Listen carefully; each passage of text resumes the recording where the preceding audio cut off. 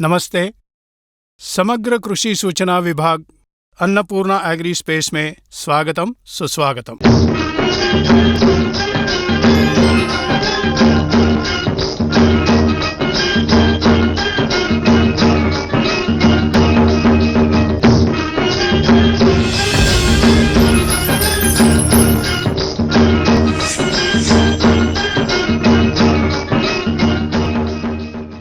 आज इस पहले भाग में हम हमारी खेती प्राकृतिक नियमों के अनुसार या विपरीत हो रही है, इसके बारे में जान लेंगे।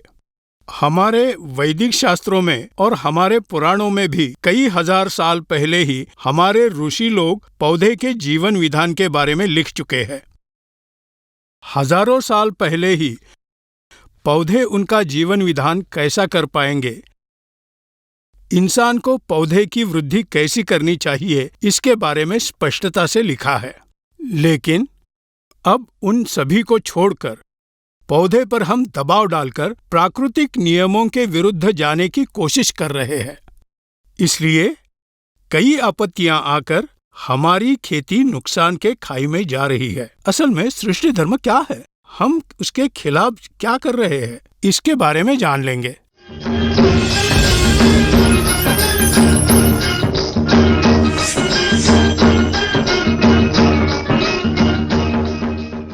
सृष्टि में हम देख रहे हैं कि थोड़े प्राणियों की पौधे से तुलना करेंगे तो मुख्यतः इंसान, जानवर, पक्षी और पौधा, इन चारों के बीच में तुलना करके अब हम देखेंगे।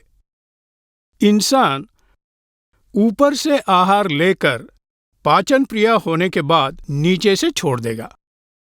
प्रत्येक प्राणी के पाचन प्रक्रिया पर गुरुत्वाकर्षण काम करेगा, मतलब जमीन को आकर्षित करने की एक शक्ति है। हम किसी भी वस्तु को ऊपर से छोड़ने पर वो नीचे आकर गिरेगी, मतलब गुरुत्वाकर्षण के प्रभाव से नीचे आएगी। तो हर प्राणी की पाचन प्रक्रिया गुरुत्वाकर्षण पर ही आधारित है। इंसान की पाचन प्रक्रिया भी गुरुत्वाकर्षण पर ही आधारित है। हम मुंह से आहार लेंगे तो ऐसा नीचे जाकर नीचे से व्यर्थ बाहर निकल आएगा। आप बाजू के चित्र को देखिए। भूमि आकर्षण शक्ति कैसी होती है, ऐसे ऊपर से नीचे रहती है। वैसे ही हम आहार लेने के बाद पाचन होकर नीचे से बाहर निकलने की दिशा ऊपर से नीचे होती है। ऐसा ना हो तो इसके विपरीत हुआ ऐसे मानव को या मनुष्य को आपने देखा है क्या? मतलब नीचे से आहार लेकर ऊपर से विसर्जित होने का प्रकार कहीं देखा है? नहीं ना, ऐसा कभी नहीं देखा होगा। प्रकृति के विरुद्ध इंसान का जीवन नहीं होगा ना। लेकिन पौधों के विषय में हम विपरीत ही कर रहे हैं। इसके पहले जानवर के बारे में देखेंगे।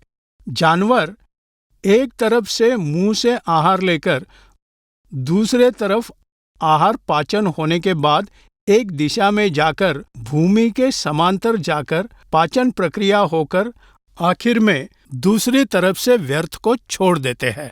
यानी भूमि की आकर्षण शक्ति ऐसी हो तो जानवरों में पाचन प्रक्रिया ऐसी हो रही है, 90 डिग्री में पाचन क्रिया हो रही है। लेकिन ये कुछ विपरीत नहीं हो रहा। अब पंछियों के बारे में बात करेंगे। पंछियों को देखोगे, पंछी बैठा या खड़ा हो तो भी 45 डिग्री में ही रहता है। मतलब यहां से पंछी आहार लेंगे तो इस दिशा में जाकर पाचन होकर इस तरफ से व्यर्थ बाहर निकल आएगा। मतलब पंछियों में भूमि आकर्षण शक्ति को देखेंगे तो 45 से 50 डिग्री में रहेगा। इस दिशा में पंछियों की पाचन प्रक्रिया होती है। मतलब भूमि आकर्षण शक्ति से 45 से 50 डिग्री रहता है। जानवरों में भूमि आकर्षण शक्ति 90 डिग्री में पाचन प्रक्रिया होती है। मनुष्य में भूमि आकर्षण शक्ति के दिशा में ही पाचन प्रक्रिया होती है। मतलब अत्यंत कमजोर पाचन प्रक्रिया इंसान की है।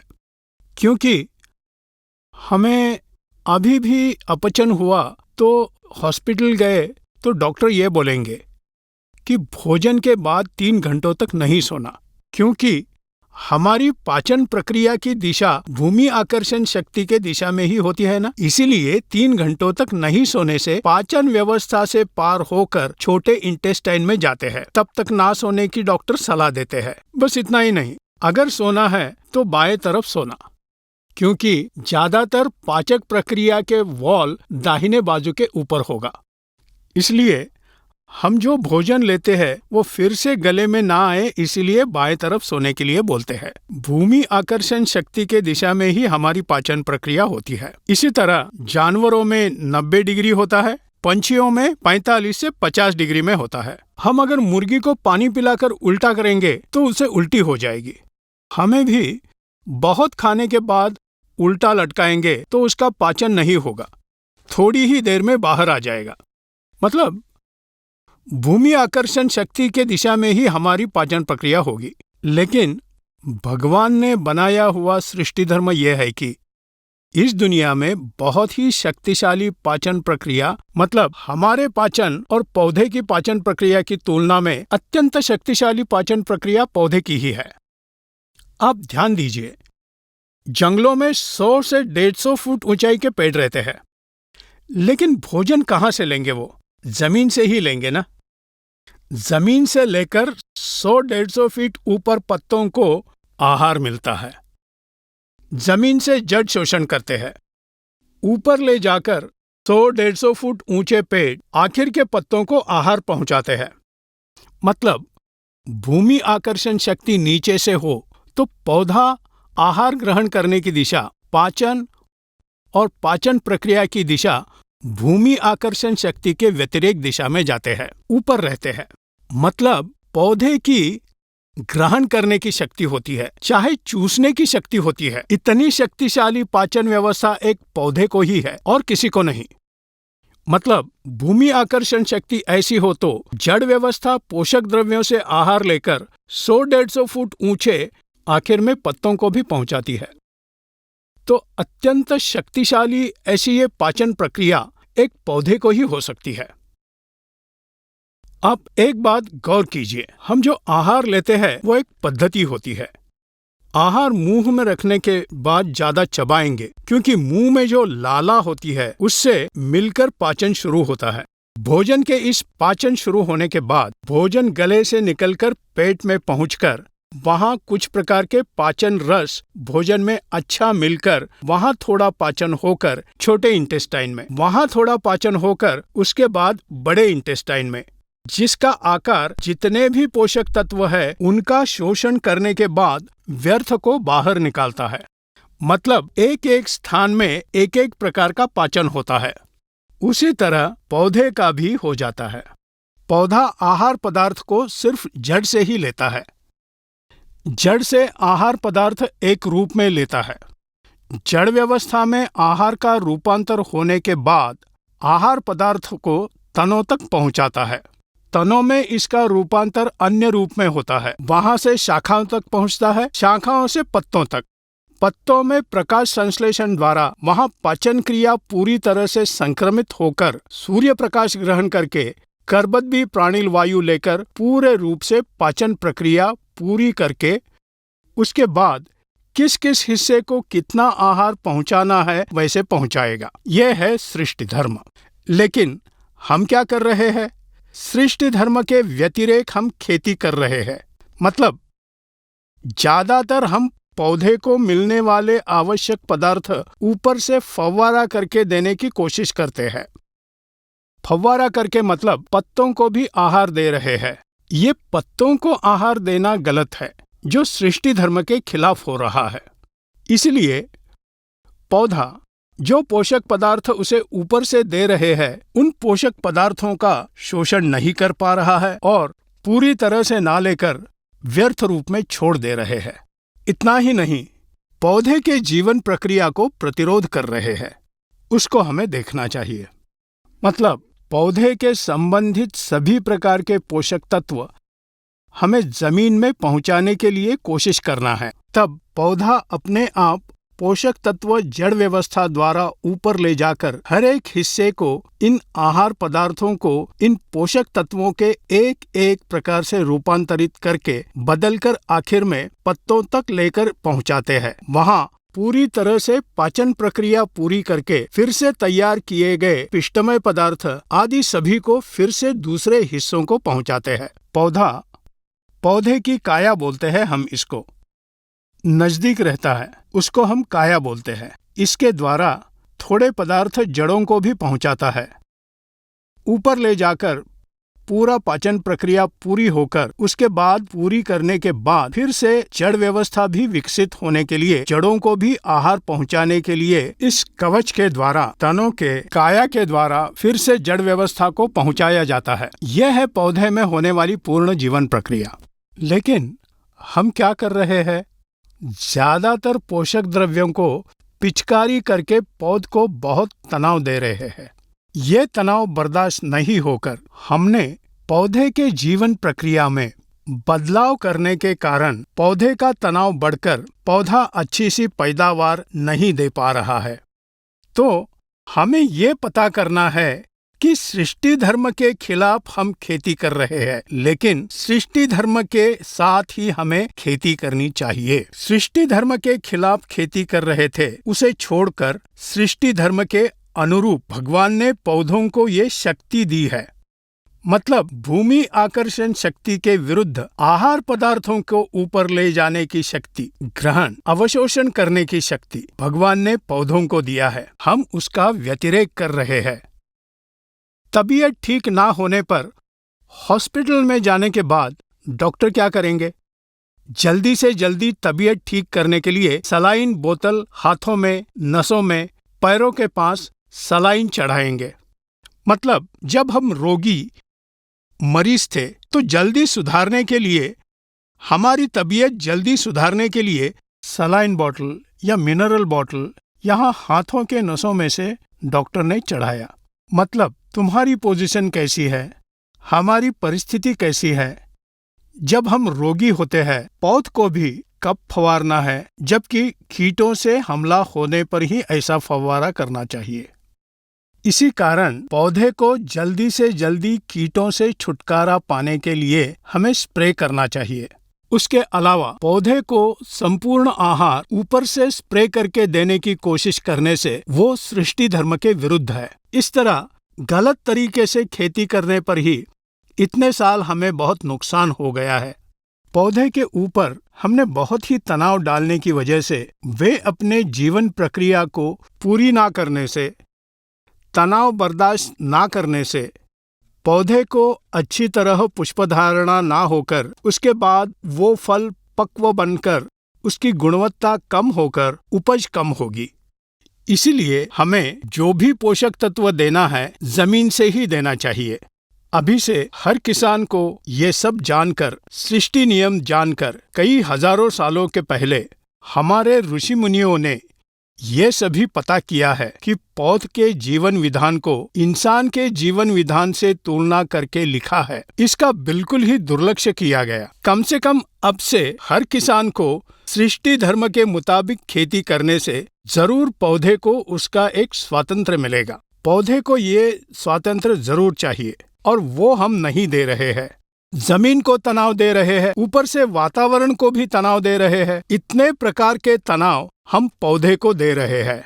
मतलब ये तनाव पौधे को असामान्य आकार देने के लिए हम तनाव दे रहे हैं। ऊपर से कई पदार्थ छिड़काव करके इसको तनाव दे रहे हैं। आवश्यकता से ज्यादा रासायनिक उर्वरक जमीन को देकर जमीन को भी तनाव दे रहे हैं। इतने प्रकार के तनाव पौधे के आसपास देकर ज्यादा उपज अगर हम अपेक्षा करेंगे तो कैसे होगा? इसीलिए हम कहाँ गलती कर रहे हैं ये हमें समझना चाहिए। हर किसान को खेती उचित प्रक्रिया से करने पर कभी भी उपज की समस्या नहीं होगी, गुणवत्तापूर्ण फसल मिलेगी। खेती का सूत्र एक ही है, याद रखिए, उपज यानी कि परिणाम अधिक गुणवत्ता। मतलब अगर हमें अच्छी उपज लेनी है तो उसके लिए अधिक पैमाने पे फसल उगाना चाहिए, उसी तरह गुणवत्तापूर्ण फसल होनी चाहिए। इन दोनों में कुछ भी रह गया तो हमें अच्छी उपज नहीं मिलेगी, ऐसा हम कह सकते हैं। अधिक से अधिक उपज लेने पर वो काफी नहीं होगा, उसके साथ अगर गुणवत्ता रहेगी तो ही अच्छी उपज ले पाएंगे। इसीलिए हर किसान इस सिद्धांत को जरूर अपनाए और याद रखे, उपज यानी कि परिणाम अधिक गुणवत्ता। परिणाम और गुणवत्ता ये दो मिलने पर ही हमें अच्छी फसल मिल सकती है। ऐसा करने के लिए सृष्टि धर्म के साथ हमें खेती करनी चाहिए। हम कोई भी बीज बोने पर अच्छे से देखने से किसी भी सूक्ष्म पोषक तत्वों की कमी के बारे में या कीट प्रादुर्भाव हुआ तो ऐसी अवस्था में तात्कालिक रूप से समस्या सुलझाने के लिए छिड़काव करना चाहिए।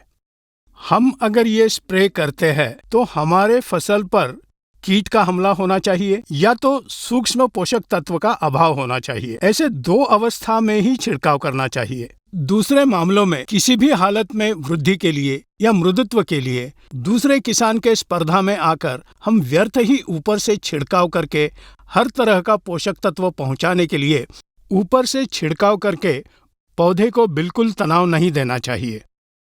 और एक बात, हमें खेती करनी है तो दूसरों को देखकर नहीं।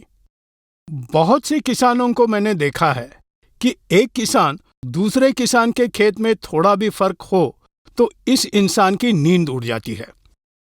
सुबह सुबह उठकर ऑटो या ट्रैक्टर ले जाकर, भला कर्जा भी लेकर, उर्वरक मतलब रासायनिक उर्वरक बहुत ही ज्यादा खरीदकर पैसे खर्च करके वो ले जाकर जमीन को देगा। हफ्ता 10 दिन के बाद उसके खेत बाजू वाले के खेत से भी थोड़ा सा बढ़ा तो भी ये खुश हो जाएगा। इस खेत के किसान को देखकर उस खेत का किसान वही करेगा। ये स्पर्धा खेत का आकार बढ़ाने के लिए होती है, लेकिन किसानों के बीच स्पर्धा उपज में होनी चाहिए, लेकिन खेत के वृद्धि में नहीं होनी चाहिए। यहाँ एक बात याद रखिए, आवश्यकता से अधिक वृद्धि, विकास हमारे लिए बहुत बुरा है। पौधे में अनावश्यक वृद्धि जरूरी नहीं, अनावश्यक पत्तों की जरूरी नहीं, आवश्यकता से ज्यादा वृद्धि जरूरी नहीं। जो भी सही है और जो भी पौधे को जितनी मात्रा में चाहिए, कौन से किस्म का पौधा कितना बढ़ना है, उतना ही बढ़ने पर उस पौधे को कितने पत्ते हो सकते हैं, कितनी सांद्रता से पत्ते होते हैं, उस सांद्रता में पत्ते होने से कितनी हरियाली आवश्यक है, उतनी ही हरियाली होने पर अधिक उपज मिलेगी, पौधा स्वस्थ रहेगा, ज्यादा उपज भी देगा। ऐसा ना होने पर केवल ऊंचाई बढ़ाने के लिए, अधिक पत्तों के लिए, बहुत ही अच्छी हरियाली देखने के लिए पड़ोस को देखकर होड़ लगाकर खेती करेंगे तो तुम्हारा नुकसान तुम ही खरीद कर लाओगे। कृपया आप कभी भी ऐसे पद्धति को ना अपनाएं। अधिक ऊंचाई के लिए कभी भी कोशिश ना करो। पौधे की ऊंचाई कितनी होगी ये हमें मालूम है, लेकिन पड़ोसी को देखकर पड़ोसी की फसल हमारे फसल से थोड़ी सी ऊपर हो तो उसके लिए आवश्यकता से अधिक उर्वरक खरीदकर पैसे खर्च ना करें। इसीलिए सृष्टि धर्म के अनुसार कौन सा पौधा कितना बढ़ेगा, उसमें कितने पत्ते होने पर कितनी पुष्पधारणा होगी, कितना हरा भरा पौधा रहेगा तो अच्छा होगा, ये सभी सृष्टि धर्म से संबंधित है। उसके खिलाफ कोई भी किसान कोई भी काम मत करे।